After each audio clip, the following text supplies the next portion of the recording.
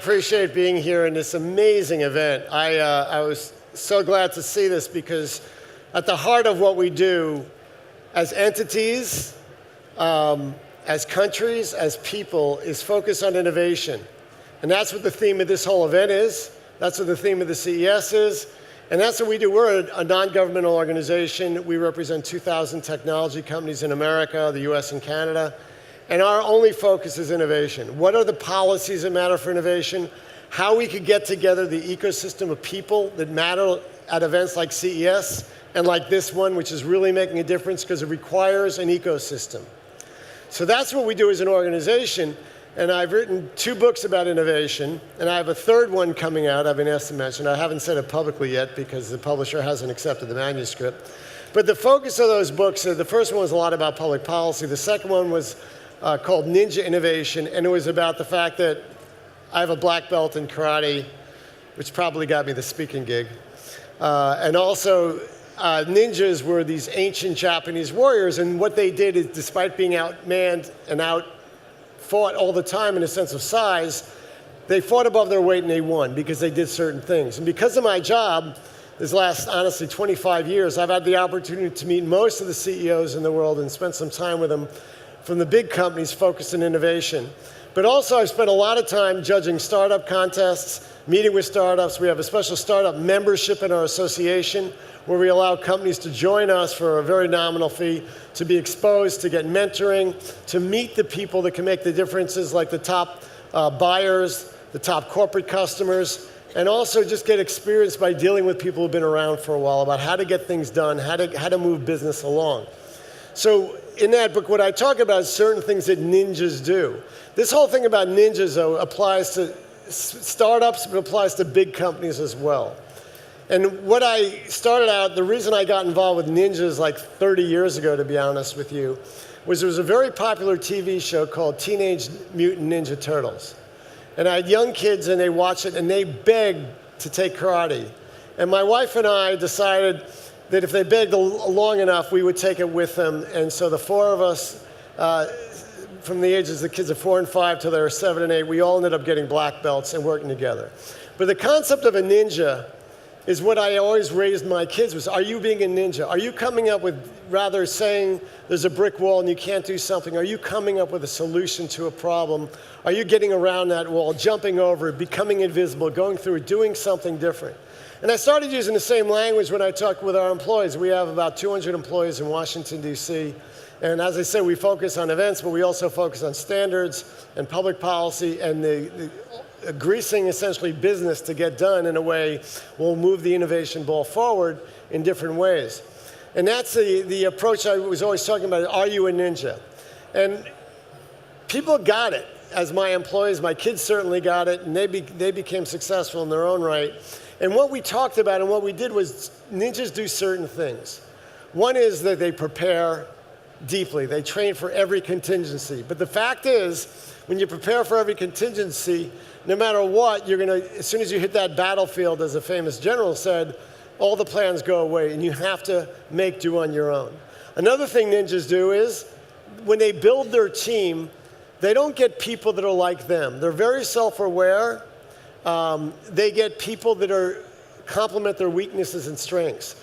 And for a startup, or if you're a big corporate executive, it's the same rules should apply. You should figure out what you're good at and what you're not good at, and then you should build a diverse base. So the concept of diversity is one we talk about now a lot in one context, but we've been talking about diversity at my organization for many, many years. And we've been talking about it, and I've been pushing the concept in the United States, which also applies to Israel, that one of the strengths the US has, and one of the strengths that Israel has, and to a certain extent Canada has, is phenomenal amount of diversity. Because I've been to I've been to major companies in Asia. And I've sat around and everyone drinks the Kool-Aid in Japan, for example, where they don't even have a word for no, and everyone just has this magic consensus, and no one is able to stand up and willing to say, that's a really dumb idea, in a polite way, which we are very good at doing in the US. So diversity is part of succeeding. Other strengths that ninjas bring to the game is failing fast. You try something, it doesn't work, you get out of it. I get a lot of questions as I've given talks around the world about innovation from two types of people. One are large company people saying, how do I ever get a new idea through a big company? What could I do? And I also get a question from entrepreneurs is, how can I compete with big companies? They'll steal my idea, they'll come along, they'll do something. And I give a similar answer to both. And the answer to me is, big companies struggle with innovation. It's just a fact. And that is something that is just a reality. They're very slow moving. They usually have one cash cow they focus on. And to get a new idea into a big company is really difficult with most companies, not all, because every step of the way, the incentive is to say no to the idea as it goes up. And after a while, big companies have actually figured out they're really bad at innovation. And this is something just in the last few years. They've accepted the fact that they are not good innovators. So the reason I think this event and series of events is so successful and is really great has to do with the fact that big companies have made a decision that they're looking to small companies to help them. So small companies are those they could go to immediately. They could become the first customer of a smaller company. They could pay for the small company, hire them, introduce them to people. Coca-Cola does that, for example. They have a startup incubator in Israel where they basically take small companies and then they just introduce them to people. So you get that first customer as a small company. The other problem that big companies have is when they do agree to do something, they spend a ton of money on it. That's not necessarily good. In the great startup publication, which is the new startup publication I was reading outside, it talks about the fact the number one reason that startups fail is lack of money. And I looked at that and I had a grain of salt in my mind, meaning I was a little, of course it's lack of money. That means you stop. The problem big companies have is they'll focus, they'll agree, they'll go through the corporate hierarchy, and they'll get that decision made to fund, and then, or do something or start something. And they will spend a ton of money and they will not fail fast. They'll fail really slow and they'll waste a lot of money on an old plan. Big companies love strategic planning. I've abandoned strategic planning in my organization. I just say, we get together with our leadership, we come up with a brainstorming, we say, this is where we want to be in 5 years, we put it down in one paper, and we figure out the tactics on how to get there. Small companies could do the same thing. At an event like this one, where a startup may be here for the first time, they'll spend the day listening, and they'll get feedback from a lot of people that matter, whether they're potential investors, customers, buyers, media, and they'll take all this feedback in. And we do something similar at CS. We have what we call Eureka Park, and we have over 1,000 companies there that exhibit. And I always tell them, wear comfortable shoes and use your 2 ears and your mouth in the ratio that are given to you by God, because that's a good ratio to have it.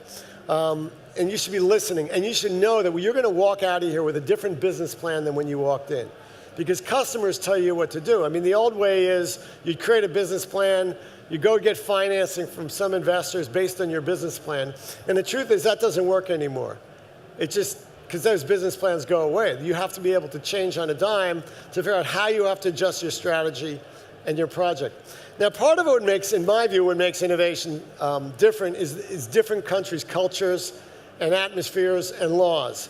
So we've tried something in the US where we're really focused on public policy, and we ranked each state by how innovation friendly they are. What's their broadband speed and cost? What kind of STEM graduates do they have? What kind of tax structure do they have? Do they favor investment or not? What kind of rules do they have? Is it easy to start a business or not? Are they favorable to new forms of business like Airbnb, Lyft, Uber? Are they favorable to drones, to self-driving cars, to robotics? All those companies I mentioned are members of ours, and all those categories are part of who we are and what we do, because we are out there fighting and promoting, for example, for the legality of those. That was so successful when we did it 4 years ago that we decided to expand it and look at countries and what countries are doing. Now, we had to use different criteria, and what we decided is we're not going to hire a big-name consulting firm to tell us what to do because we know it, and we're going to come up with criteria and be very transparent about it and seek feedback after we release them. And we did that, and we graded. And one of the things we looked at is one of the things that we have a show in Las Vegas. We also have one in China, and it's growing very fast, and it's very good. China is actually becoming very innovative. And if you look, and the speaker earlier today from Vodafone was talking about that. There's a lot going on in China, and there's no question.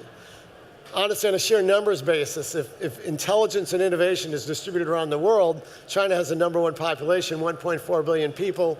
Europe and the US both have around 300 or 400 million. So we're kind of equal in size. China should be doing 3 times what we're each doing. And they are starting to. They're doing really well. They have one of the measures we used for innovation was the number of unicorns that come out of a region or a country. And China, the US has about 400 or 500. China had about 200, and Europe was about 1/5 of what the US had, honestly. And we look at why does that happen that way? And in our view, which is and I'll apologize for this, this is not a great week to be an American, given some of the things that happened the last couple of weeks with our leadership. But, I don't want to, I will say one thing about that is not all Americans think that we're being represented with the cultural values that we have right now. So I apologize to all of you in some way who have been offended or insulted by what we've done lately. But I will, again, further the risk and talk about how we are evaluating other countries. So one of the things we think is important to innovation is liberty. And liberty is a cultural value that I think Europe and the US share. Obviously Australia and New Zealand and a number of Latin American democracies, other democracies around the world, Singapore and others share. So that is a value that's very important. Now, obviously, if you talk about freedoms, freedom to choose who you vote for, freedom to practice your religion, freedom to marry, freedom to access the internet and go to websites that you think are important. That's a freedom where, frankly, Europeans and America score very high on, and China scores very low. Another one we measured, which is a little bit less of a direct connection, but we were trying to make a point, is clean air and clean water. I know a lot of people who've moved who are expats and moved out of China because they couldn't handle the air pollution. It's the #1 source of death in many categories of demographic is air pollution in China. I don't know if anyone's ever been there and had to wear a mask. I have. We also looked at other things as well. We looked at the flexibility in terms of the working environment. And this is where Europe didn't score well, is if you're an innovator and entrepreneur and you want to hire someone, can you hire who you want? Do you have to keep them forever?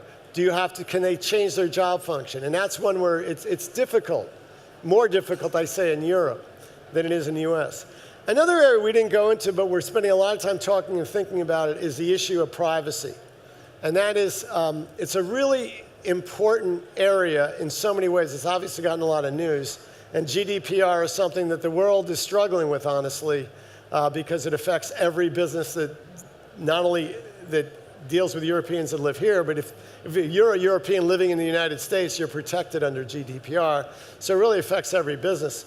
And a few weeks ago, I was in The Hague attending a conference on internet accountability, and there was a polite man from Japan who spoke and talked about how difficult it is to comply with it. And then there was 2 people at my table, 2 women, one from Colombia and another one from Africa, and they were saying to me, this is such a first world problem. We're so happy to get services for free in our country, like to access someone like Google or to use Facebook or to be able to communicate with Twitter, that we don't understand this discussion, frankly. Like, why should it be something that's restricted? But there's different views of privacy in the world, and I want to contrast a couple just quickly, because China has a no privacy policy. Like all that information, all the things, all the recordings of people, there's all sorts of stories out there which you can Google and see, except you can't Google in China because Google you can't get to in China. There's all sorts of stories about how governments are using it to give social ratings. They're using it to give jaywalking tickets and facial identification. They're using it to watch kids in school as to whether they're falling asleep in the class. Imagine that if that was there when I went to school. That would have been trouble. So there's very little there. But that allows, though, that lack of privacy allows a huge amount of innovation and development. It allows you to take data sets and to use them to correlate. It allows you to go forward in artificial intelligence, which is going to be one of the great battlegrounds of the future. In the United States, we're a little bit more in the middle. We have some privacy, but not a lot. We're still debating it. Europe has gone the other direction. In Europe, you have a right to be forgotten. You have GDPR, and you have a regulatory scheme that discourages innovation when you're using data sets, and that does not help entrepreneurship and innovation. What scared me most in my visit to The Hague those few days a few weeks ago was the man responsible for GDPR from the European Commission stood up and talked about how proud he was, what a great thing it was. And he said, and next we're going after artificial intelligence and we're going to regulate the heck out of it. The concept of John Perry Barlow that the internet is torn down borders is evaporated. Not only is John Perry Barlow just passed away, but his ideas are dead as well. And that's a different cultural attitude. I'm not saying one is better or one is worse. I'm saying they're different and they do have an impact on innovation. So I didn't want to go so long without an opportunity for a question because I know everything I have to say, but if there's any response or any question right now, please raise your hand. If not, I will just say thank you very much for having me. Thanks, and I'll be around afterwards.